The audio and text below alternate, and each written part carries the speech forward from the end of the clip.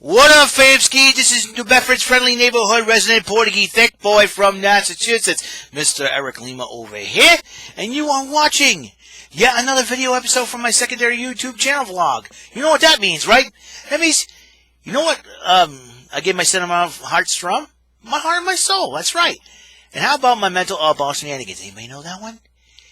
Mind and brain, very good, it all combines, and you're watching EML77 TV. What's the episode? 971. In the last episode, I gave my thoughts on the edicts brought down by Governor Baker. I went out voting, and and I showed off this bad boy, my Mighty Ducks jersey. I don't know if you saw in the last episode, and if you haven't, you're gonna watch it now. Look at this, totally cool. It has my name on it and everything. I showed my dad, I showed my sisters, but I didn't show my mother yet. So I'm sure she'll get a kick out of it, as usual. So, she'll probably watch my videos and all such. But let's talk about this. All that out of the way.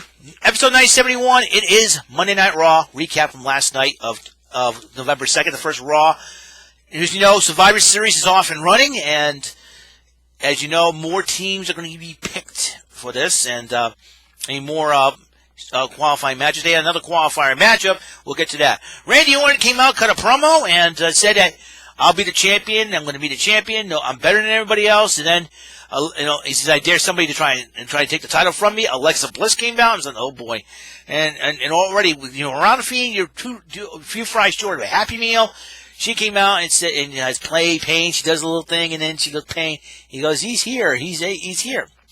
All right. And so the Fiend, does the lights thing, and you see this creepy sound, but then Drew McIntyre attacks Randy Orton with the Claymore kick, and then all of a sudden, Miz and Morrison tried to cash in the Money in the Bank. And all of a sudden, Miz is about to cash in the Money in the Bank. All of a sudden, Drew McIntyre attacks Miz and Morrison. Technically, the bell didn't ring, didn't cash in.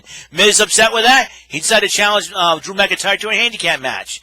Then was a guitar and a pole match, and Elias, whose video was pretty jamming. So he says, I'm going to do an acoustic version of my song, one of my songs, Amen. I'm coming in. So I was like, oh, that's my favorite song from that album. All of a sudden, Jeff Hardy interrupts. The two went at it. Hardy gets the guitar. After a great battle, Hardy gets the guitar.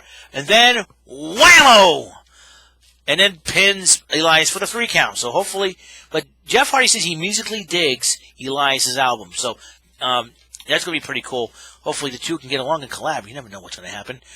Then the Women's Tag Team Championship was on the line. Nia Jax, Shayna Baszler to defend against the gorgeous blonde Glamazonian team of Mandy Rose and Dana Brooke. I think both ladies are very gorgeous. And then Lana, the 5th member of that Raw Women's Survivor Series team, stuck her nose and where it didn't belong. And Nia Jax and Shayna Baszler, won the titles. So Charlie Caruso interviewed Randy Orton. Orton's like he's determined. And then,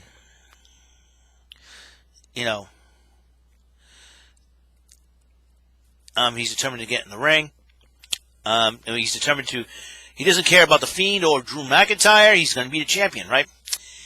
And then R-Truth got interviewed by Sarah Schreiber. He says, I'm here to meet Bobby Boucher. Supposed to make Bobby Lashley one-on-one in a matchup. So R-Truth, 24/7 champion, he was holding the bottle. He said, I'm going to meet Bobby Boucher.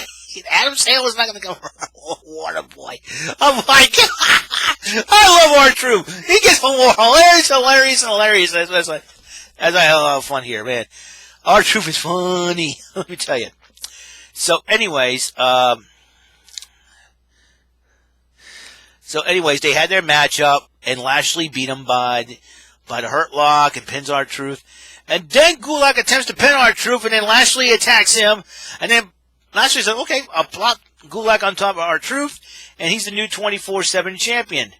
And then Lucha House Party said, hey, Gulak's got the title, let's go after him. And they run to AJ Styles, his big, tall friend. I know his name is Jordan Omageddon, but they haven't given him a name yet. So anyways, and Sarah Schreiber decided to interview Nia Jax. Nia Jax says, I'm sick of Lana, I'm going to fight her. AJ Styles cuts a promo about Survivor Series, and then Keith Lee and Sheamus came to the ring, and he says, I'm the captain. And Keith Lee says, who? Sheamus says, yeah, and Sheamus, Keith Lee agreed that AJ Styles not to be captain. Braun Strowman has arrived, And so Braun Strowman says, I should be on the Survivor Series team. And then all of a sudden, AJ Styles is like, you have to qualify somehow. So, and then all of a sudden,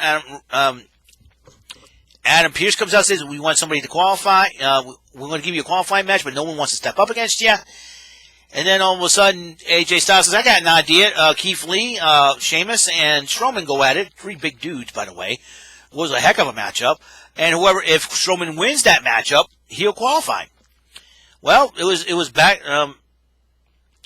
and forth, and then all of a sudden, then Braun Strowman took advantage of a Sheamus bro kick, or Keith Lee pinned somebody. He wins the match. He qualifies. So AJ Styles with 3 of the biggest dudes ever, and then it all broke down.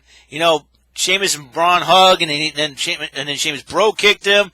And then he ends up him and Keith Lee went at each other, and then Strowman comes back, and so I'm like, dude, we got to get one more guy that can get it together. And then Angel Garza cut a promo about the roses for you. I'm like, oh great, they're doing a bachelor gimmick for this idiot. He thinks, you know, like, who is he talking to? That's for sure. Probably some hot woman.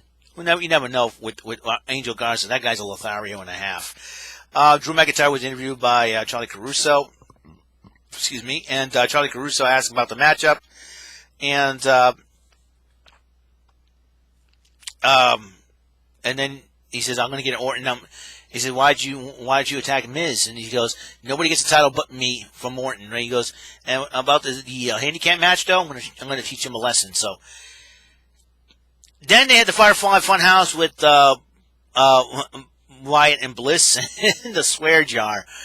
And Abby the Witch was a little upset. She beep, beep, beep. We're against Randy Orton. And remember what Randy Orton did to the Sister Abigail house when puts it on fire. And then he never forgets. So I was like, ooh, boy. And that was a crazy thing and a half. And so R-Truth with his neck came back. Actually, Nia Jax went one-on-one with Lana. And Lana tried everything she could to try to beat Nia Jax. But Nia Jax was too much for her. Samoan drop, 1, 2, 3, and then all of a sudden, right, Nia and Shayna Baszler about to walk away. Nia goes, we're going back. I'm like, no, not again. This poor girl. This poor Lana, this poor girl. All of a sudden, Shayna Baszler clears out the table. All of a sudden, whammo! Samoa drop by Nia Jax on Lana through a table 7 times. How long is this going to go on, Nia Jax? Come on. You're gonna turn Lana into somebody that we're gonna be afraid of. You know the old saying, hell hath no fear like a woman scorned. Hello, Nia. Good Lord. You know, if I was Nia Jax's boyfriend, I'm like, dude, I'd be like, man, what are you doing? What are you doing? The poor girl, she's had enough, dude. She's had enough. Well, I say dude and man, I don't know. Nia's gonna slap me. I should probably put me to a table. Hey, how's that? Hurts. All right. Anyways, so the VIP Lounge and the Hurt Business addresses Sami Zayn and the New Day, and the Hurt Business wants to take a shot at the tag team titles. And Bobby Lashley says that Zayn likes to run his mouth. And I'll tell you one thing. Personally, I like to see Lashley shut Zayn's mouth once and for all. And then the New Day arrives in response to the Hurt Business, and so the New Day and the Hurt Business went in a non-title matchup, and the Hurt Business represented by Alexander and Shelton Benjamin. And Alexander and Shelton Benjamin did pick up the victory over the New Day. So future tag team title shot in the future, I think that will be something to be. And the Hurt Business, if the Hurt Business gets a shot before Survivor Series and wins the matchup, them against the Street Profits will be a heck of a matchup. Either way, New Day or the Hurt Business versus Street Profits in Survivor Series, going to be a heck of a matchup, to say the least. Then Nikki Cross finally get to talk to Alexa Bliss. Now Nikki Cross went over to Raw in the draft and finally talked to Alexa Bliss, but then she turned around and looked at the had the little creepy fiend eyes look. What's creepy at the Firefly House? And Alexa Bliss says, I'm going to show you a new trick, and it's I don't know if it's like one of those slime, red slime that come in our mouth like blood. I'm like, creepy. I wonder what her boyfriend Ryan Cabrera thinks about all this. He'd be like, ugh. Well, Ricochet went on one-on-one with Tucker because Ricochet called out Tucker of what he did to Otis at Hell in a Cell. Tucker had a new look. The hair's a little shorter. The beard's a little trimmer. You got rid of the heavy machinery digs. And then all of a sudden, Ricochet did defeat him. And then Mustafa Ali arrived. And then Retribution both got Ricochet and Tucker. So it looks like Ricochet's more of a target. And Ricochet wants to know what's going on with Mustafa Ali. And I'm sure Apollo Crews, we have not seen him in a while. What's going on there? And then Sheamus and Drew McIntyre's heading to the ring against Orton. Against Miz and Morrison in a handicap match. Sheamus says, "Hey, what's going on, fella?" You know, the two of them were talking about. He said, "Hey, we'd like to see you on that fifth member on Team Raw. You can bring us. You know, we would like to have you on the team." And Sheamus did make a pitch to him. He says, "I'd love to, but I'm after the title, man. Sorry." So, you know, McIntyre versus Reigns or Orton versus Reigns will be a heck of a matchup, to say the least. Let's say if McIntyre fails to capture the championship, he says, "Okay, I'll join Team Raw." I think the loser of that match between Orton and McIntyre, next time they have a championship match, has to join Team Raw and be their team captain. You know, I say a win-win situation in that situation. That's my personal opinion. Anyways, they had the handicap match. McIntyre did defeat them after Miz and Morrison gave him a hard time. Orton comes up, RKO's him, and then it ended with the Fiend laughing. So I think Randy Orton knows that something is going on, and I'll tell you what, it's going to be interesting. NXT tomorrow night, I will give you recaps on that. I think it's going to be a crazy event, a crazy show. NXT's always come up with something cool. We'll find out how Johnny Gargano, who was the person that helped him win the North American title from Damian Priest at Halloween Havoc. We'll find out there how Candice is doing, and I'm sure Io Shirai is looking for her next challenger. So, could be Ember Moon, could it be the lovely Toni Storm? Rhea Ripley picked up a victory. You know, Ember Moon going one-on-one with Dakota Kai. And what's the deal with Pat McAfee against the Undisputed Era? What's his deal? He's got Birch, Lorcan, and Dunn, which is that's a formidable team. And when Drew Hollins come back, that's going to be more formidable than ever before. You know, you got three Brits and one American. That's crazy, to say the least. And then you got actually two if you aligned themselves with Pat McAfee. So that would be very interesting, to say the least. So let's see how the Undisputed Era counters this. I'm hoping they counter it, because I'll tell you one thing: Adam Cole is going to be spitting angry about that. So we'll find out what happens tomorrow night on NXT. I will give you the recaps and get NXT UK also. I know the situation there. They're doing restrictions on there too. So what does it mean for NXT UK in the future? We'll find out. A lot of craziness happening, you know, insanity, whatever. It's wrestling. It's cool, you know, whatever. So tonight on Mark Leota's Discord app, on the MVG Productions Discord app, I'll be defending my Bullseye title, I think, against Brendan Finkel. I forget his last name, but he's a good guy, good kid. Can't wait for him. And if I survive that matchup, Nels Nesrod, America's Sweetheart, as he calls himself on Discord, he wants his rematch. He wants me in the worst way. He wants to end my streak. He wants to prevent me from getting a brand new car on Bullseye. Let me tell you something, Nesrod. I beat you once, and I will do it again, son. And that's all there is you need to know. And if you beat me, great. But you beat me, great. That means I'd be able to come back and try another run at 5 games. But if I you know what? Here's the win-win situation for you, Nels. If I defeat you and end it with the bonus round, you don't have to worry about playing me, because I'll retire as a champion. I'll probably go in the Tournament of Champions. You never know what's going to happen. Craziness has happened. My friend Kevin Henry is going to officiate another friend of mine, Brandon Scruggs' wedding. I am it's very cool that he's able to do that.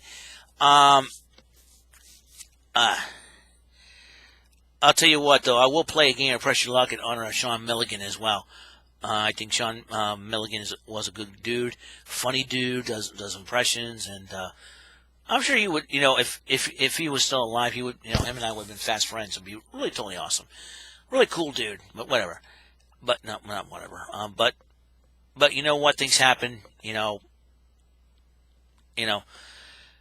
it's really hard to lose people that you know and you already get a chance to know, and it's a kind of a stone bummer, really. And because the reason why I'm more upset with the governor's decision for it's like, how are we going to see these people ever again? I think the best way to do it is go Zoom. We should have a Thanksgiving Zoom or a Christmas Zoom.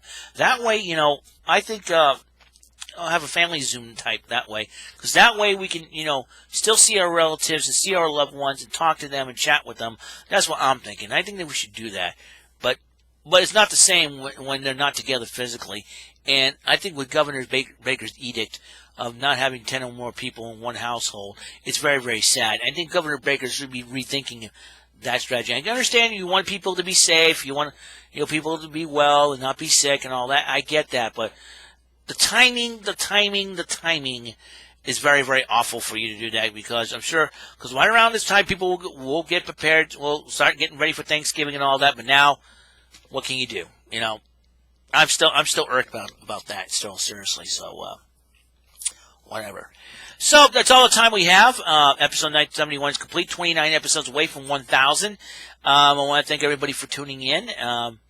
So what's going to be on my mind for 972? Who knows for sure with me. All right then.